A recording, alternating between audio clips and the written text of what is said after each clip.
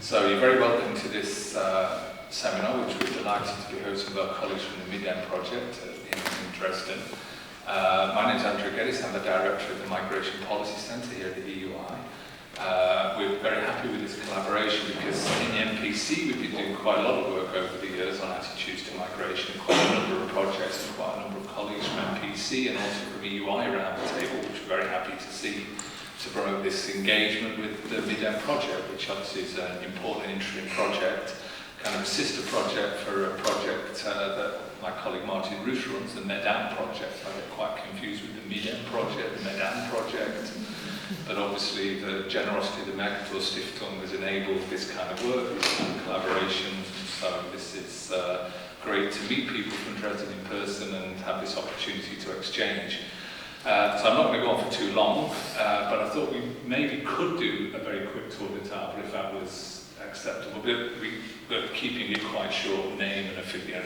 We don't need necessarily a full autobiography at this stage. We can get to know each other over the couple of over days, just so everybody can just say where they're from. Essentially, we know that we can see what or most people what your name is. But perhaps if we could do that quite quickly, that might be quite a nice way. But perhaps start with you, Olivier. Thank you. My name is Olivier Angeli. I'm the scientific coordinator of MIDEM. I want to apologize on behalf of Hans Bollende, the director of MIDEM. He's on his way to the UI and will be here shortly. I'm grateful that we could organize this conference, this workshop together, and I'm also very happy to be back in Florence. And I think this is the case for most of us. And well, I'm looking forward to this workshop with many new papers which will be presented for the first time. And yeah, good morning. I'm Julia Mühr. I'm the event manager of MIDEM. And I'm happy to be here. Hi, good morning. I'm Daniel Plewski from the University of Bamberg. I'm currently visiting fellow here at the EUI. Hi, I'm Anne. I'm a PhD at the Political Science Department here at the UI. Hi, I'm Christina, and I'm working for MIDEM on Czech Republic and Slovakia. Hi, I'm Giovanni. I'm working for MIDEM for Italy and Italian politics. Hello, and I'm Felix. I am working for MIDEM also, and I'm working on the political discourse of labor market integration. Hello, my name is Ender, and I'm working on education-related issues. Hello there, my name is Steven. I'm working at MIDEM as well, and I'm concerned with migration in local and regional contexts. Hey, my name is Hannah. I'm the communication manager of MIDEM, and I'm very happy to be here. Thank you. Good morning, my name is Merve. I'm a policy leader fellow here at the EUI at the School of Transnational Governance. My name is Sylvain Perez. I'm a philosopher interested in migration, among other things because I chair something called the Brussels Council for Multiple Neighborhoods. Good morning, everyone. My name is Silvia, and I am a PhD student in the Scuola Superiore di Sant'Anna studying migration and local governance. I am Lorenzo Piccoli. I'm a research fellow here at the Migration Policy Center. I work on different things, but here I'll be discussing my project on access to health services for migrants.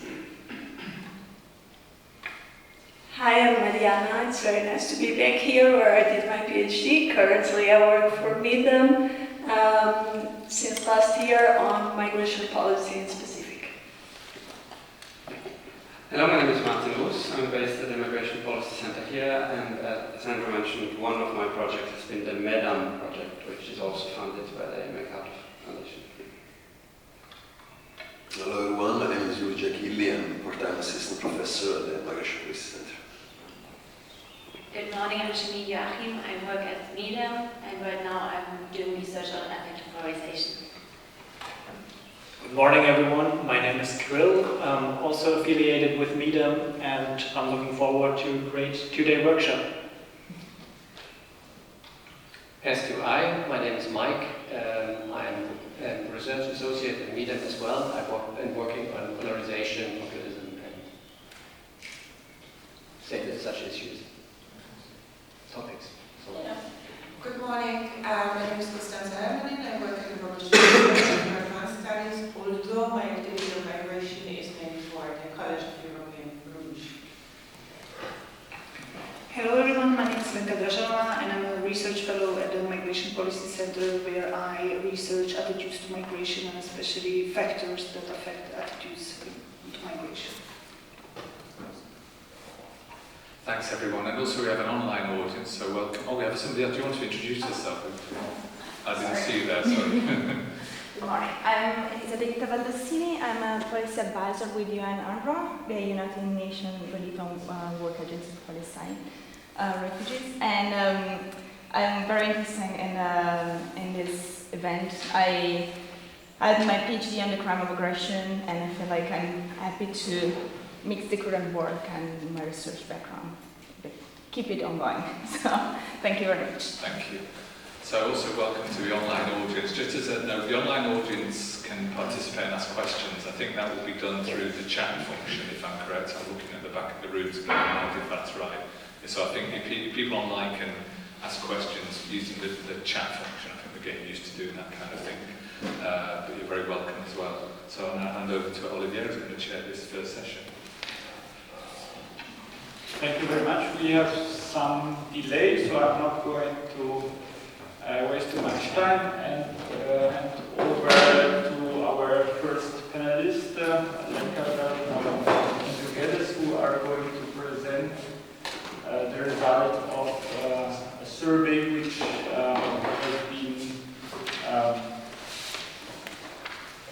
which will be presented for the first time today. So we are very much looking forward to the results. And yes, I guess Lenka, you are going to present the results? Yes. Yes, all right. So I hand over to Lenka. Please go on.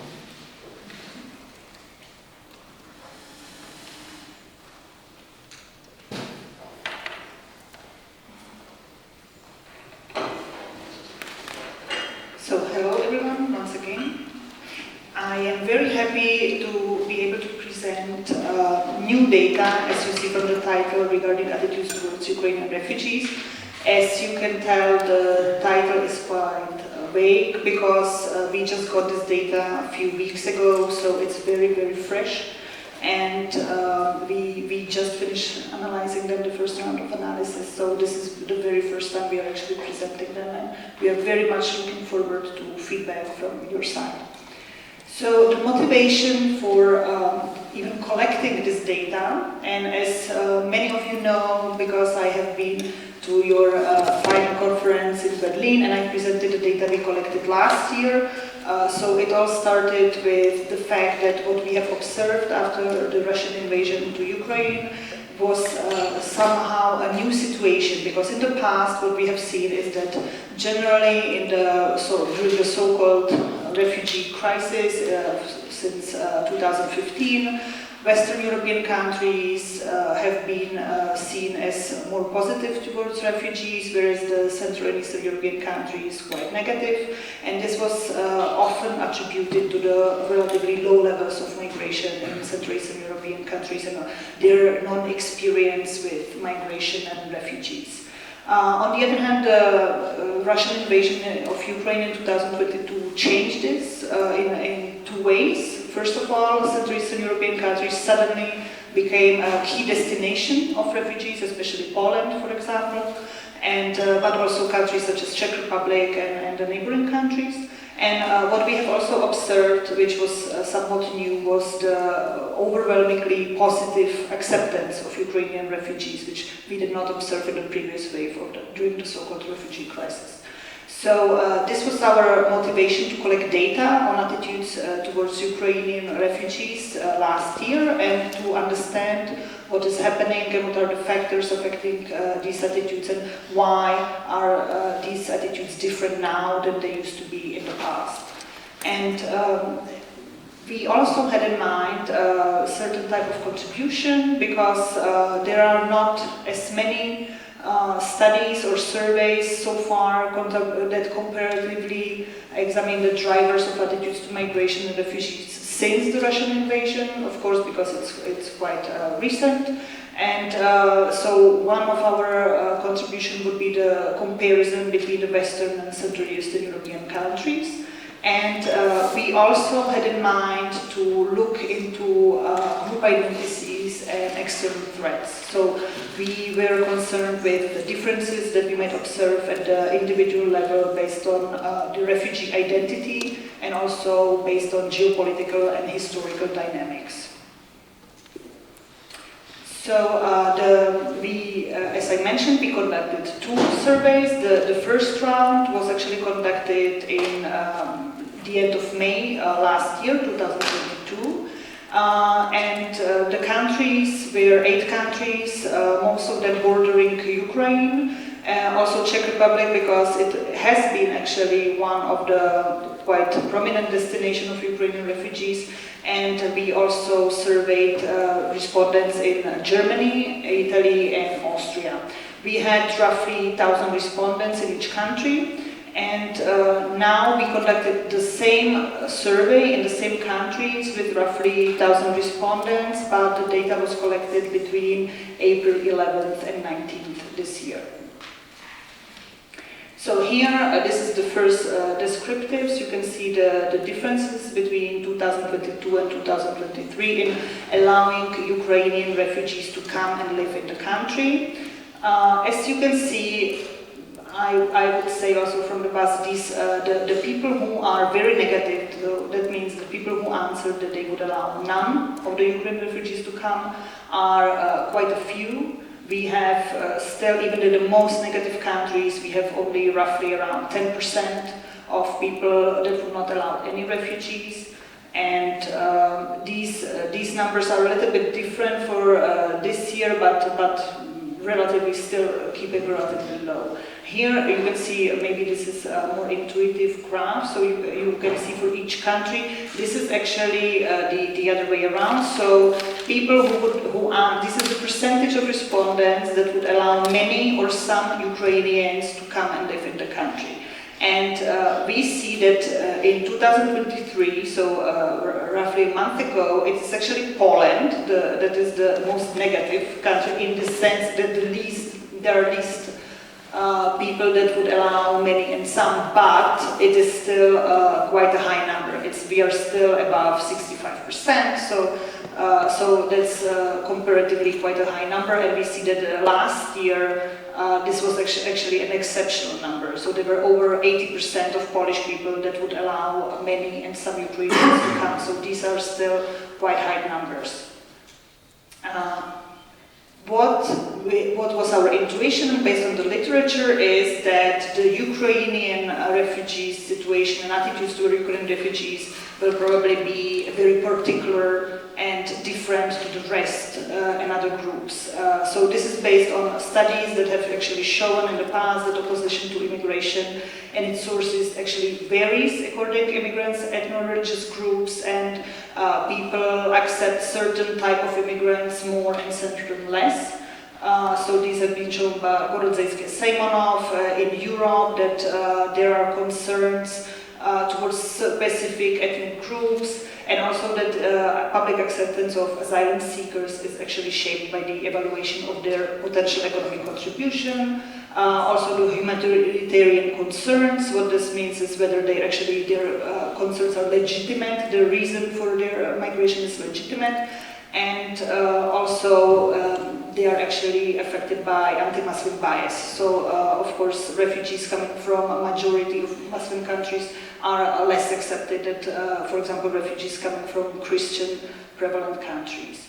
And we also work with social identity theory, which I assume most of you are very familiar with the in-group, out-group. So basically what this means is that people tend to have formed their social identities around a certain group. These do not necessarily have to be national in-groups, that can be your city, your region, but this can be also people from your local tennis club. I mean, and you tend to see, humans have this tendency to see people either as being part of their in-group or as being part of an out-group, so someone who is kind of standing around, and people tend to favor their in-group compared to the out-group. And these boundaries are, of course, not set in stone, so these can fluctuate and change who is considered an in-group and who is considered an out-group.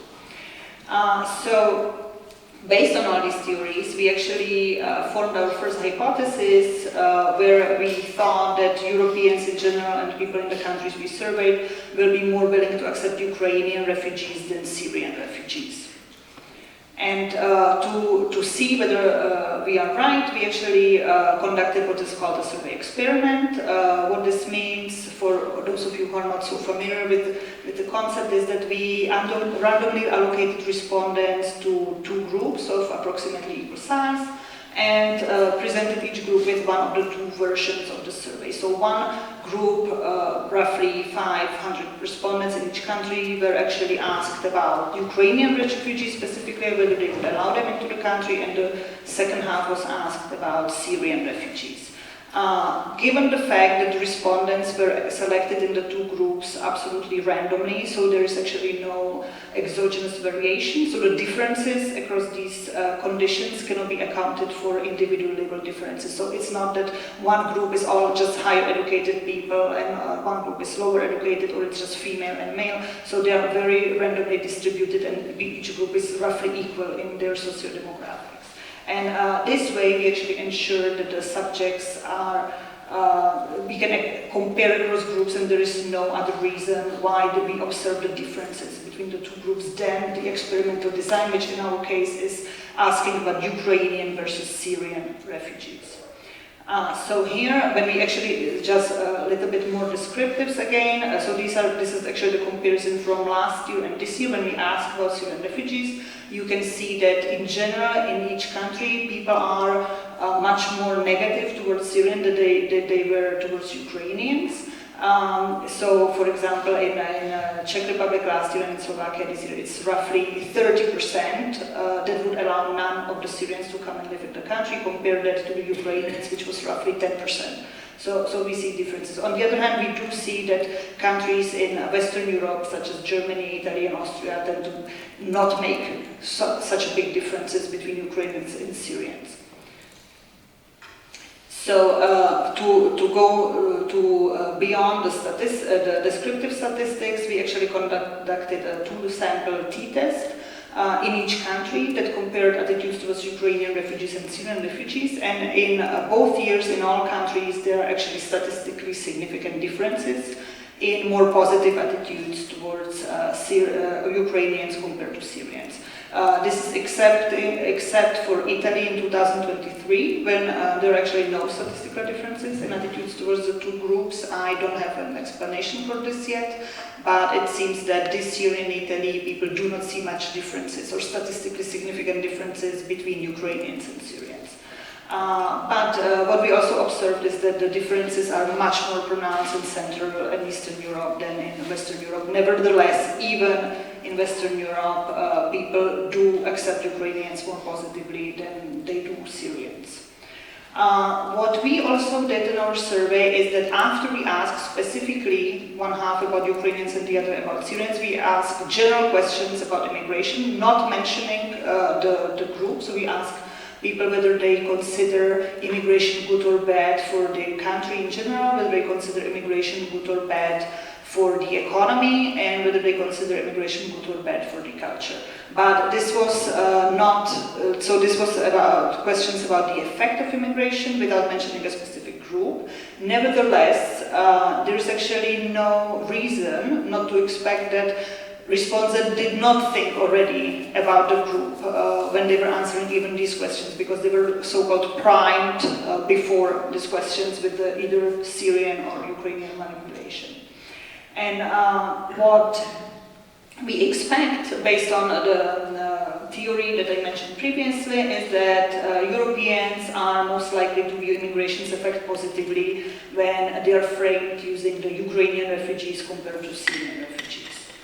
And indeed, this is what is happening. So these are actually all the factors in the regression kind of associated with attitudes towards immigration. And what is interesting for us now here is the so-called treatment. So people, so I should probably explain how what these figures mean. So this is a regression, and what you see, everything you see on the right-hand side from the red line is positively associated with attitudes towards immigration. So, for example, you can see that those people that consume media more think that immigration is is good for the country in general, or is actually good for the economy and culture.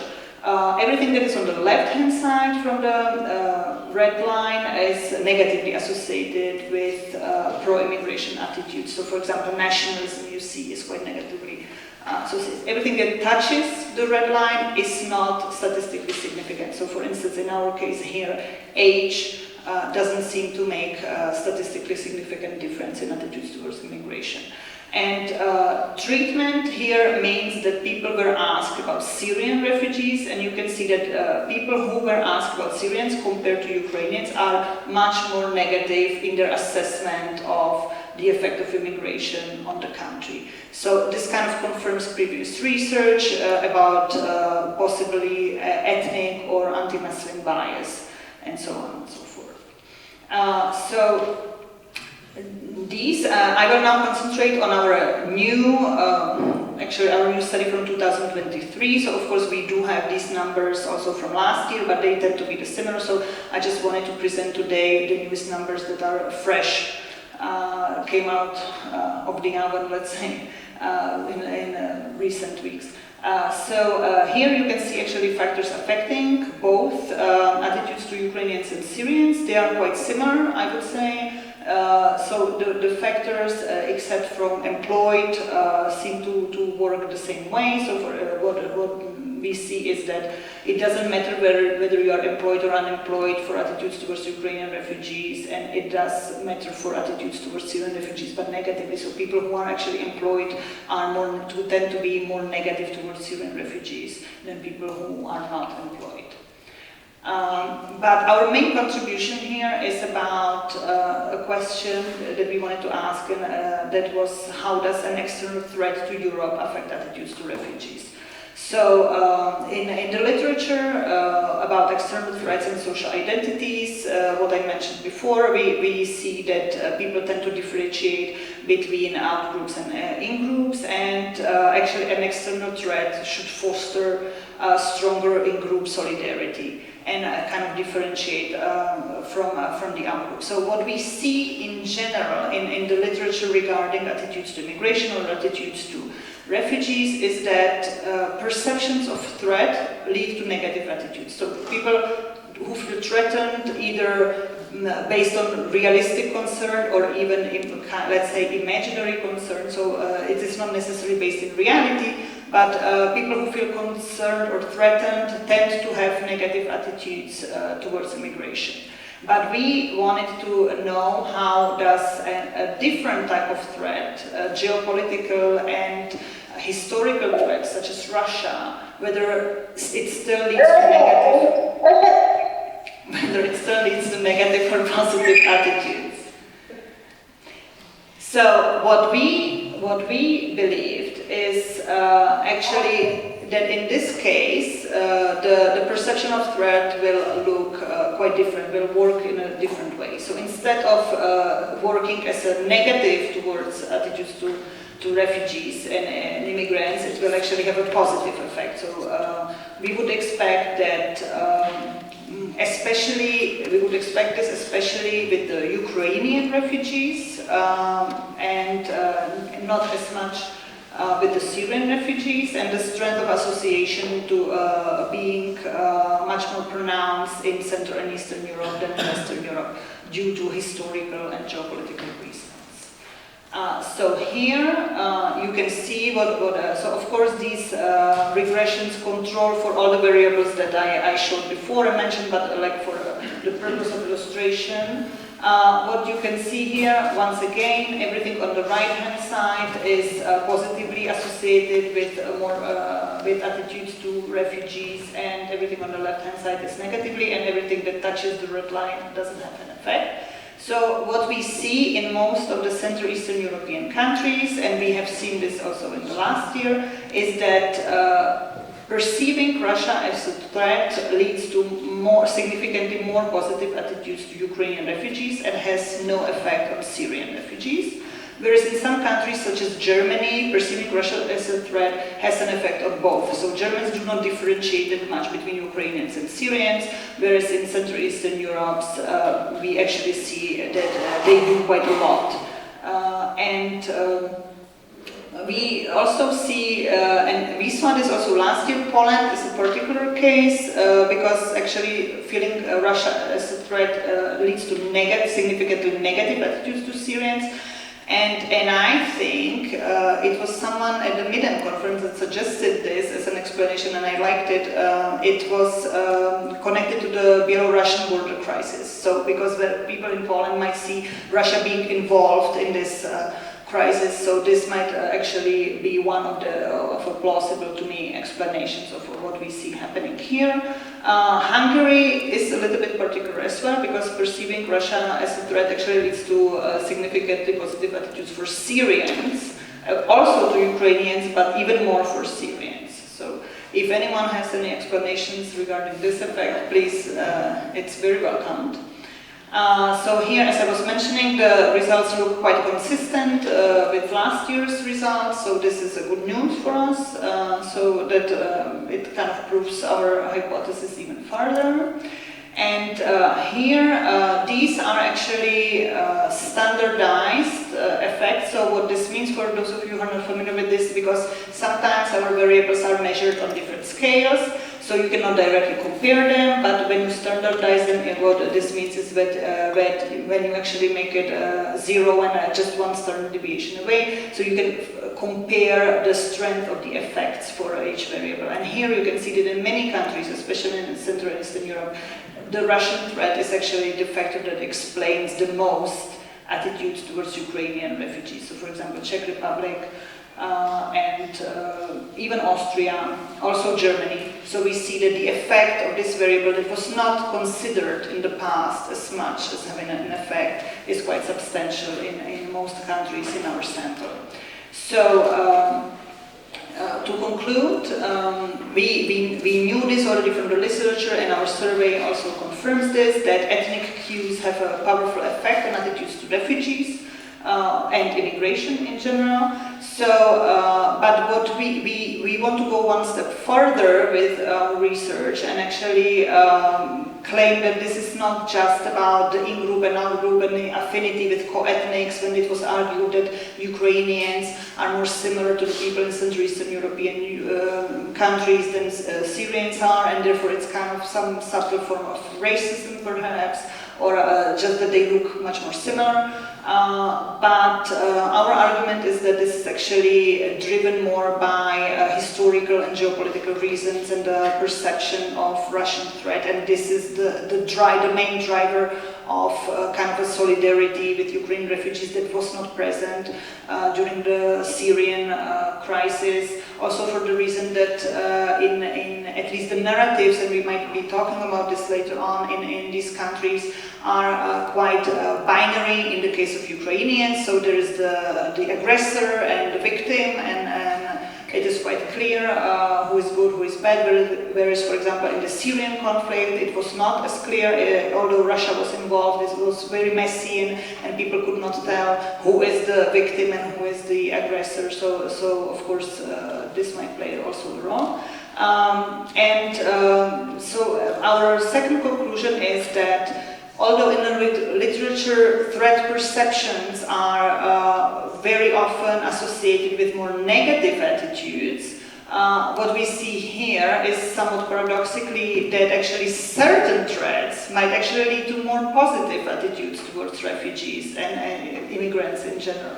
So this is rooted more in more historical and geopolitical experiences and so on. So I would close here, and I'm very much looking forward to your feedback. Thank you very much. And in place, I already see a couple of people raising their hands. I will try to collect 2 questions, and then so that you can answer them, and then I hand over to the next ones.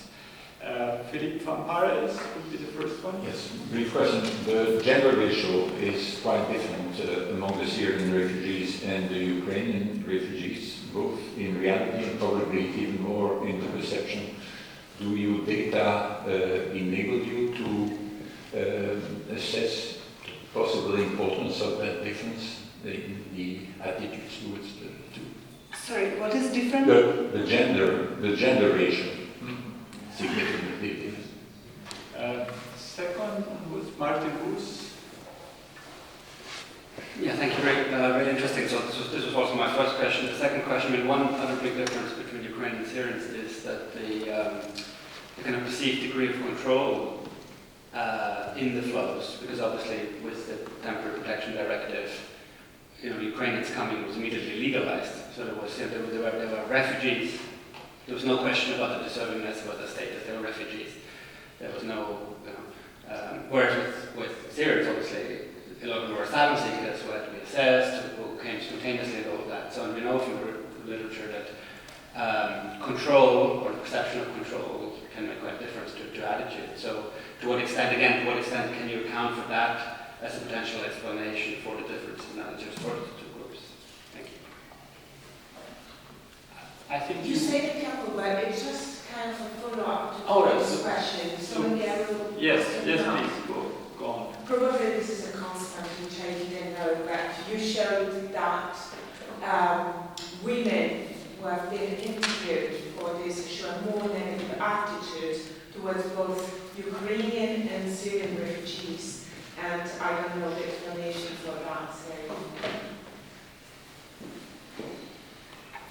Yes, so I completely agree, and I think it's part of the explanation, the gender ratio, that Ukrainians were perceived as more women and children coming compared to the young males from Syria. We cannot see this from our survey, because basically we conducted the survey experiment, and it would require another experiment within the experiment, which is already getting a little bit more complicated. So I do agree this might play a role as why we see more negative attitudes to Syrians. But I have presented this actually in a different conference, and we do indeed find, interestingly, that actually it is women who are more negative towards Ukrainian refugees than men. And so which was a kind of a paradoxical situation. Then we saw it is driven mostly by 2 countries, and that is Poland and Czech Republic. And the explanation for that, I would say, would be that actually also per capita, these are the 2 countries that received most refugees. So I think it's more a concern of, for example, places at schools, places at kindergarten, so more kind of a competition for resources that are scarce. Because effectively Syrian refugees do not pose a problem for this type of, so maybe this is one of the explanations for why women actually are more negative towards Ukrainian refugees, which was kind of a surprising finding. And with the control, Martin, I agree, and that this has been shown, and of course it is, but let me say a contra-argument, because exactly because of the temporary protection, there was no control with Ukrainian refugees. Everyone could come in, and the state did not, everyone was allowed to come in, and the state could not control the floods. So actually this could work exactly the opposite way, because with the Syrians, with that had to go through the actual asylum procedures, and they were kind of in this so whereas Ukrainians could just move freely. So I would argue that actually more control should be seen with the Syrians than with Ukrainians in this case. Just on that, because I think if I understand Philippe's point, I used to also talk about the composition of flows themselves, so not the attitude to say women or men in the countries of destination, but also the attitude to the flows, whether they see them as more female or more male? Was that the point you were making as well? So I think that is also, I'm not sure that, well, I'm not sure within our data we're able to go into that. So it is quite an important point, because also I think the point about Syrian, obviously we know that Ukrainian flows are predominantly women, children and youth. Syrian flows were represented as, quite partly represented as male. I'm not sure statistically how it broke down exactly. But I think that is quite a relevant point, but our data doesn't allow us to get into that, but I think that could be quite an interesting factor to explore in the work as well. Thanks. So there is another question here in this room from Luigi Achilli, and then I will read some comments from people online. Yes. Thanks. Well, kind of following up on what Martin just said. Yes, I mean, you gave an explanation, but I'm not sure I'm fully convinced, because also Syrians came as irregular migrants, not as asylum seekers, through regular channels. They relied on women's migrants. There was all the criminalization narratives about the arrival of Syrians into Europe. Instead, this is not the case for Ukrainians. So I wonder whether this actually affected eventually the perception of this different type of migrants, refugees. From the chat, there are two comments which both relate to the rule of media, and I don't know whether you can say something on that, because in some countries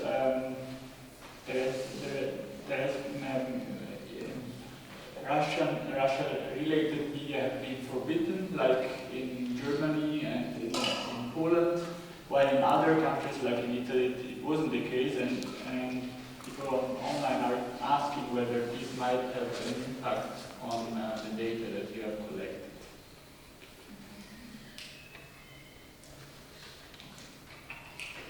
So, with Luigi, I think, I mean, it is definitely something to consider. I mean, we can also argue that with Syrians did not come to Central and Eastern Europe, so there was still, I think the German case is very different, of course, and there I think you might be both of you, Martin and you, Luigi, might be quite right, and we see this in the data that actually Germans do not make any difference between Ukrainians and Syrians, whereas in Central and Eastern Europe they do, because in fact there were no Syrians and there were Ukrainians. So maybe this is something that we can kind of consider when talking about this. Yeah, just because I think also, I mean, this is something you might want to look into as well, is perceptions of control might also affect some kind of issue salience as well. So we could probably also look at other sources of data which might allow us to tap into that, because I'm not sure to assert the data directly we can. I think there are other ways we could look into it, because I think, you know, perception of control, perception of loss of control, perception of disorder and chaos and all those kind of things were clearly quite prevalent at the time of in 2015, 2016. There may be ways, I think, we can talk about this, because obviously this is the first run of the data to think about that point. But I mean, in relation to our core argument, which I think about external threat, I suppose we have to, I suppose what we're trying to do here is focus more on a particular factor. But I think it is quite an important point you made there. But probably a way to think about that. Do you want to say? Yes, and I mean, another way is to look at actually when I showed the data, when actually attitudes to immigration, very often these are actually measured as attitudes to threat. So when you answer a question, is immigration good or bad for your country and for economy and for culture, these are threat perceptions, threat to culture, threat to economy, threat to the country. And so you can use those as an actual independent variable, and I have done this as a robustness check. And anyway, Russian threat is still significant. So even when controlling for this perception of threats as immigration in general, considering immigration in general as a threat, it's still the Russian threat still has a significant effect. So that's one thing. And the media consumption. So I was a little bit surprised surprised, to be completely honest, that what we see is that people who consume media more are more pro-Ukrainian and pro-Syrians. I would be expecting not such a clear case, because because of the Russian disinformation media that people might read, or based on the narratives in the countries. So this was a little bit surprising to me as well, and indeed, Italy in general, I think the narrative in Italy has been, at least in the past, much more pro-Russian. Now it's turning a little bit, but compared to, let's say, Poland, where it's traditionally very anti-Russian, and so this might be also why we don't see Italians making any difference between Ukrainians and Syrians this year. But yeah, so this is just. Did you want to say something? No. Thanks, Linka. The next one on my list is Daniel Drevsky. Please. Yeah, thanks. I was wondering whether you could hypothesize a bit more on the German case, on the fact that the perception of Russia as a threat actually leads to more support also for Syrian refugees. So do you have any thoughts, preliminary thoughts perhaps, about these sort of deviations that deviate from your hypothesis, from your theoretical expectations? Perhaps there is a different value syndrome that is behind in different countries. There was also another question on the chat, which I cannot find anymore, but it was a question I would ask myself, actually, is whether you have data on international, inter-regional difference within countries, and especially concerning Germany, whether there is a difference between Western and Eastern Germany.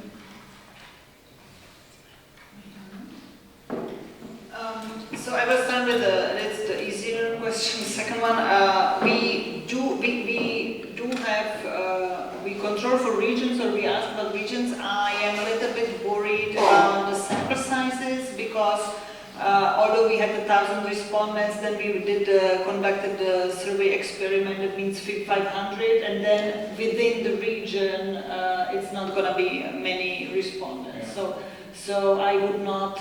I don't think we can make any very high quality statistic conclusions from that low number of respondents in each region we might have. But I do agree that definitely, to me, Eastern and Western Germany might be, because in other data that I know, such as the European Social Survey and so on, I always do divide Germany into the Eastern and Western part, and consistently the Eastern part goes with the Central Eastern European bloc much more than the Western part. So I do assume there might be difference. So we can control for region, but I would not come to any intra-regional differences conclusions from the data we have here. And with Daniel's question, I think that's a very good question. I would say from another work I did when we looked at the effect of the Russian threat on European identity. And what we observe is that people that feel threatened by Russia strengthen the European identity, which is not that much surprising. But what we actually also saw is that this effect is most prominent for those people who identify as exclusive nationalists. So those who would consider themselves only German and not European at all are actually the ones that, when they feel threatened by Russia, become more pro-European or more proud to be part of Europe. And so I think in Germany what might take place is a little bit this in-group, out-group thing again, when I don't think there are that many historical reasons or geopolitical reasons, and Germany also, as Italy, used to be quite pro-Russian in general in the past years compared to the other countries. That now suddenly I would say they see anyone who was involved in a conflict with Russia, such as Syrians, are now the in-group or someone kind of that we should have some solidarity with, but this is my I have not given it much thought, but in general, I would say it's just because there is not such a distinction in Germany between the two groups as I think it's in the other countries. So. Maybe just ask you, Daniel, because obviously you work on this, so presumably the question is informed by something that might help inform us, and this is a workshop, so what's your view on this? It might help us make sense, because I'm not sure, as Lenka said, that we can, on the basis of a kind of split sample that run through small number of people, maybe deal with the question. So what's your view? Yes, I'm sure if I may. Yes, okay. Well, actually, yes, I was wondering if I'm going to present something that might speak to that question. And perhaps it's simply the fact that the people who perceive Russia as a threat in Germany perceive something different as a threat than the people who perceive Russia as a threat in Poland. So it's more of a sort of threat to liberal democratic values in Germany, Russia as sort of the authoritarian other. And in Poland, it's a threat to national sovereignty, I would say. So these are the communitarians in Poland who perceive Russia as a threat, and in Germany, it's more sort of the cosmopolitan camp. That's my hypothesis, could be.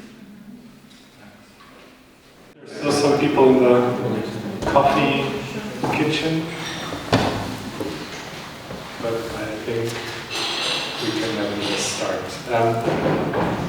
Okay, so welcome back to the second session of today, the afternoon, which will deal with migration and polarization in Europe. And our first presentation for this session will be by Mike Herold, Janine Joachim, and Kirill Potemi from MIDEM, who will present key results of a survey in 10 European countries on polarization. So the floor is yours. I think you have the click thing. Very good. Thank you so much. I'm going to start to present, first of all, the theoretical and empirical background of our recently published study on effective polarization in Europe.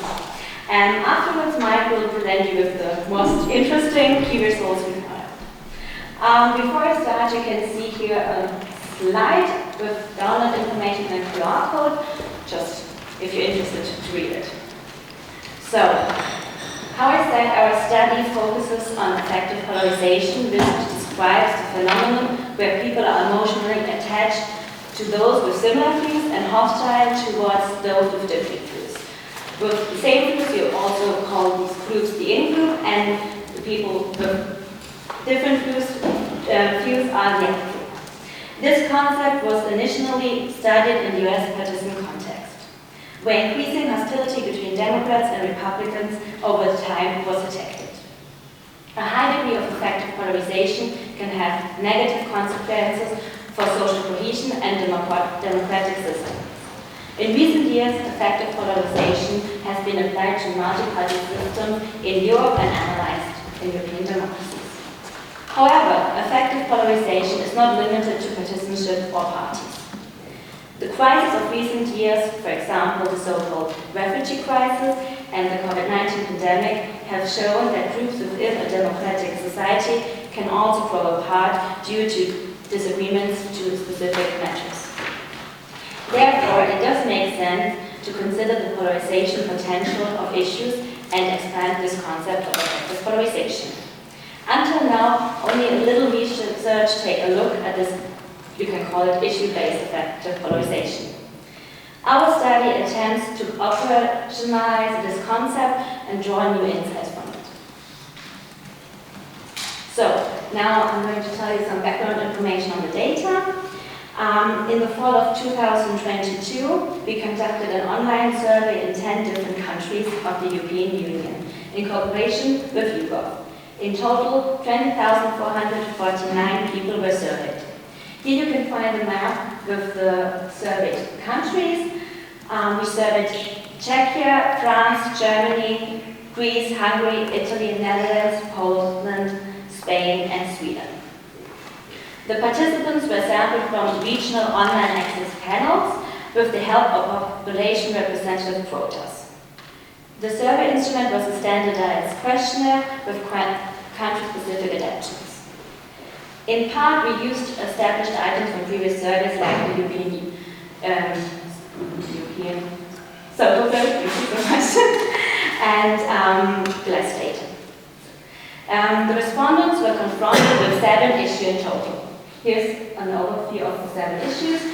Immigration, the war in Ukraine, pandemics such as COVID-19, climate change, social benefits and their financing, gender equality, and policy towards sexual minorities.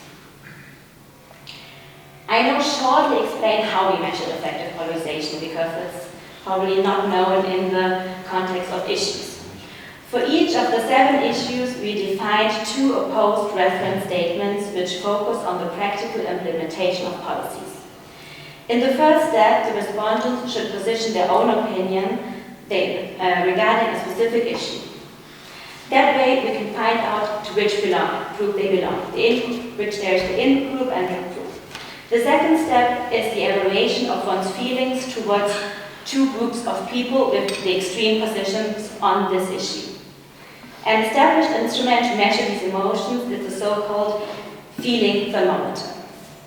The absolute value of distance between the evaluation of the one group and the other group describes the degree of effective polarization. And the average distances of each respondent reflect the effective polarization score of the issue. You can find a formula here if you're interested in how we measure.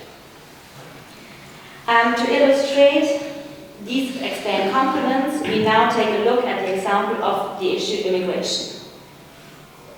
First of all, like I told you, the respondents were asked to position themselves and were asked the question, there are different opinions on the issue of immigration, where would you place your personal opinion here? To express their opinion, they were asked to position themselves between 0, immigration opportunities for foreigners should be eased, and 10, immigration opportunities for foreigners should be restricted. This figure shows the frequency distribution of this item. You can see a majority of the respondents in Europe are in favor of restricting immigration opportunities. A lot of the people chose the middle category of 5, you can see 20%, which indicates no clear preferences. This response behavior is quite common in surveys. The second step now is to evaluate the two groups with 2 extreme opinions. So first of all, the people who are in favor of easing immigration opportunities, and then people who are again, for restricting immigration opportunities. The respondents should express their emotions with the so-called feeling thermometer. From -5, very cool and negative, to +5, very warm and positive. This figure shows that the majority expresses rather negative feelings toward people who would like to ease immigration, and positive ones towards people with the opposite opinion. When respondents evaluate one group -5, so maximally negative, and the other one +5, maximally positive, the distance for sure is 10, and that means the person is maximal effective polarized on this specific issue, in this case, immigration. If there's no difference between the both evaluations, one is not effectively polarized. So finally, we can bring together all the components, the self-positioning of the respondents and the effective polarization. This figure shows the average level of effective polarization of the respondents according to their own opinion on this issue. With extreme opinion comes high effective polarization. You can see this V shape, and it's found for every issue we analyzed, and also indicates which opinion group is on average more effective polarized. I now give the floor to my colleague Mike, and he's going to present some key results of the study. So what are our key findings here? Firstly, there are... So what are our key findings here? Firstly, here are results for our global index of polarization. Which countries show the greatest amount of polarization in Europe? Well, to sum up, across all the issues examined, Italy exhibits Europe's highest level of effective polarization, well ahead of Greece and Hungary, the countries with the next highest levels. In contrast, respondents from the Netherlands and Czechia, Czech Republic, are the least polarized. Why Italy? Well, one part of the answer is that because there was an election campaign last September when our survey was conducted. So, as you can see in this figure here, people who took part in our survey before the 29th of September show on average significantly more effective polarization as those who were interviewed after the general election. But nevertheless, even if you would take the lowest value here, 4.9, in this case it is for all issues, 34.3, Italy still is the most polarized country in Europe. Also interesting to see is which groups of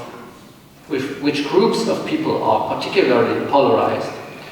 Well, when talking about different social groups, we found that across all issues, areas examined, people in the oldest age group, 55 plus, are significantly more polarized than younger people.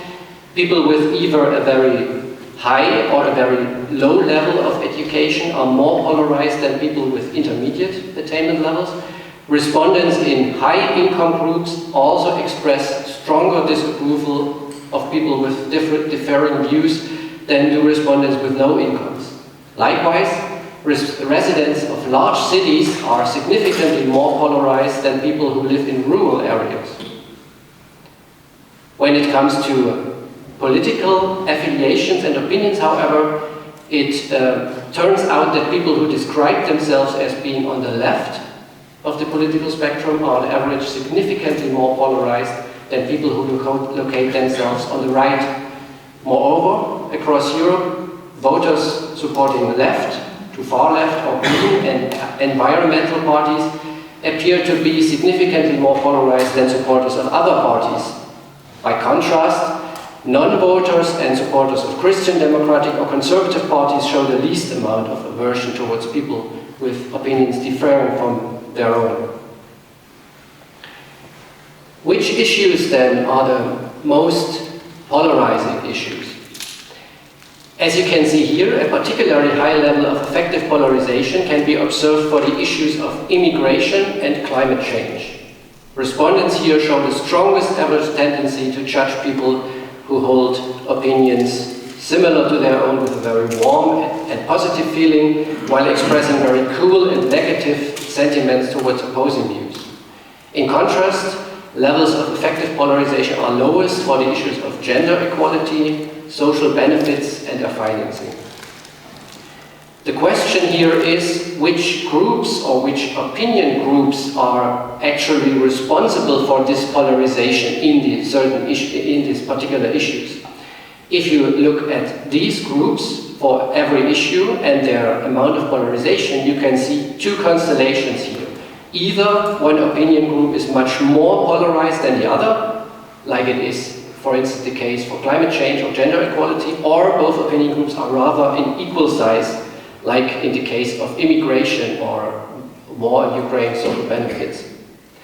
But even in the case of immigration, however, despite the same average polarization scores for both camps, almost 3/4 of people who are maximally polarized, as Janine explained, advocate for restricting immigration opportunities for foreigners. And on the other hand, in general, it turns out that on average, people with progressive positions, positions that aim at a form of political change, are more polarized than those who are rather conservative or who locate themselves at the political center, and they tend to evaluate actually people holding similar positions very positively while expressing very negative feelings towards those who have different opinions.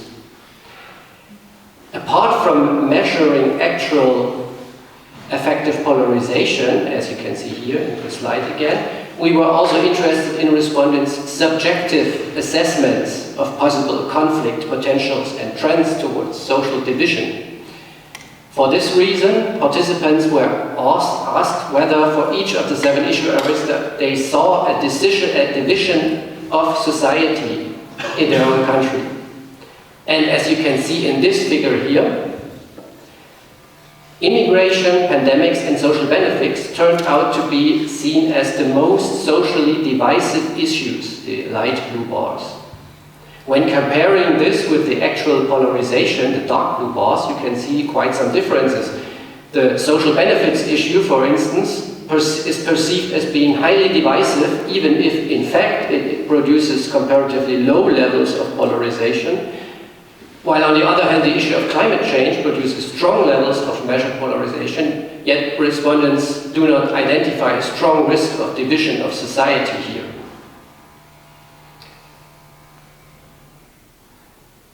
In both respects, however, the subjective as well as the object dimension, immigration turns out to be the one issue that shows the most polarization.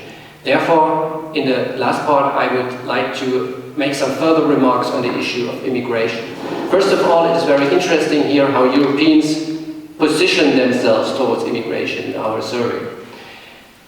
In our study, the respondents could express their position between 2 general opposing statements, as Janine has already told you. Immigration of foreigners should be facilitated, quote, and on the one hand, and on the other hand, quote, immigration of foreigners should be restricted. The results, as you can see here, show that the political preference in Europe are clearly in favor of restriction of immigration. In total, throughout Europe, 55% of the respondents are in favor of restricting. Only 25% tend to the opposite view. Restrictive preferences are particularly widespread in Czechia, Sweden and the Netherlands, while in Spain, Italy and Greece, public opinion turns out to be at least a little bit more liberal here. A very similar picture was revealed when asked about the immigration of Muslims in particular. Across Europe, 57% think that immigration of Muslims should be restricted. When asked about Ukrainians, however, the whole picture changed a lot. Here we asked respondents to what extent they agree with the statement that, quote, refugees from Ukraine can be integrated into society much better than those from the Middle East or Africa.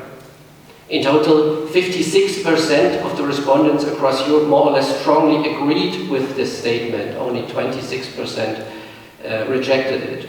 Especially in Sweden and the Czech Republic, people hold the view that Ukrainian refugees can be integrated much better. How much then is the amount of polarization that is caused in European societies by different views on immigration? Here it turns out that the degree of aversion towards people with different opinions is highest in Italy, no surprise, but also considerably high in Czechia, Hungary, Greece and France. In Poland, on the other hand, immigration exhibits the least amount of polarization, which is quite interesting considering the role of Poland in the past decade in the context of attempts to find a common European refugee and asylum policy. Which group of people then are particularly polarized on the issue of immigration? Well, when talking about different social groups, we found here that people in the oldest age group are significantly more polarized. People with very low levels of educational attainment are more polarized, and respondents in medium or high income groups also express stronger disapproval of people with different views. When it comes to political affiliation, however, it turns out that people who describe themselves as being on the right of the political spectrum, so not the left, the right here, are on average significantly more polarized than people who are on the left, and voters supporting right-to-right-wing parties appear to be more polarized than supporters of other parties. By contrast, which is also an interesting finding when asked about immigration, not the left, but the supporters of conservative parties, so the spectrum may be very close to right or right-wing or closer to the right wing, shows the least amount of aversion towards people with different opinions on a certain issue. So, to sum up very quickly, our study aims to provide insights into the amount of polarization found in European societies, examining this phenomenon in a cross-national comparison. To achieve this, we took a new approach, combining methods designed to measure position with those designed to measure effects. We found that, as you can see here, respondents in Italy and Greece are most polarized. Older people, people with high levels of education, people who live in large cities show the greatest amount of polarization. People on the left are more polarized than those on the right in general, not for immigration. Supporters of left and ecological environmental parties are more polarized than others. The issue of climate change and immigration show the highest levels of effective polarization, and immigration, pandemics, and COVID-19 and social benefits are seen as the issues that, subjectively seen as the issues that have the most potential to divide society. These are some references, and the study again. Thank you for your attention.